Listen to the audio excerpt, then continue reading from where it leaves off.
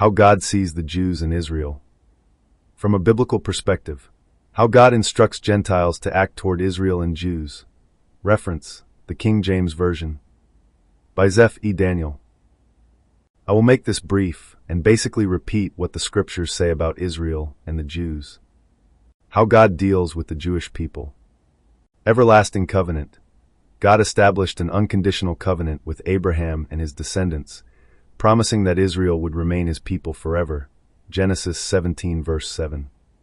And I will establish my covenant between me and thee, and thy seed after thee in their generations for an everlasting covenant, to be a God unto thee, and to thy seed after thee.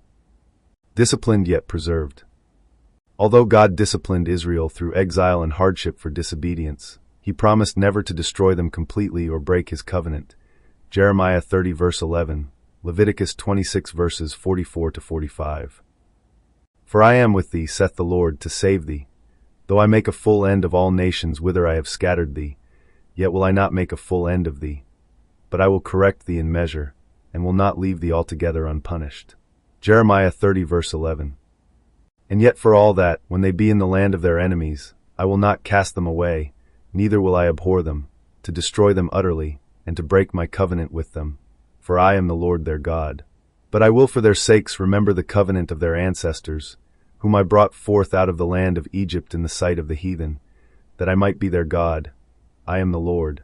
Leviticus 26 verses 44 to 45.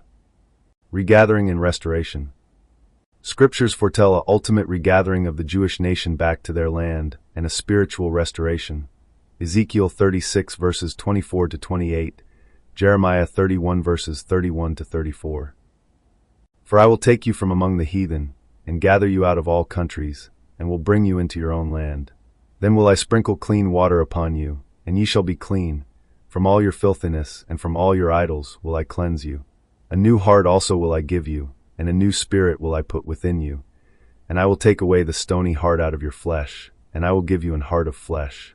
And I will put my spirit within you, and cause you to walk in my statutes, and ye shall keep my judgments, and do them. And ye shall dwell in the land that I gave to your fathers, and ye shall be my people, and I will be your God. Ezekiel 36 verses 24 to 28.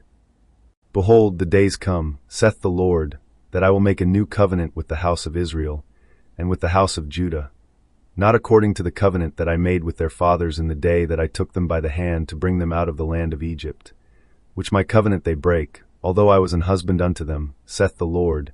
But this shall be the covenant that I will make with the house of Israel. After those days, saith the Lord, I will put my law in their inward parts, and write it in their hearts, and will be their God, and they shall be my people. And they shall teach no more every man his neighbor, and every man his brother, saying, Know the Lord. For they shall all know me, from the least of them unto the greatest of them, saith the Lord. For I will forgive their iniquity, and I will remember their sin no more. Jeremiah 31 verses 31 to 34 KJV. Future salvation. In the New Testament, Paul emphasizes that God has not rejected his people, and that ultimately all Israel will be saved.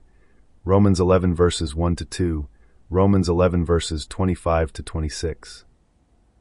I say then, hath God cast away his people? God forbid. For I also am an Israelite, of the seed of Abraham, of the tribe of Benjamin. To God hath not cast away his people which he foreknew. Wot ye not what the scripture saith of Elias? How he mocketh intercession to God against Israel, saying, Romans 11 verses 1 to 2 KJV.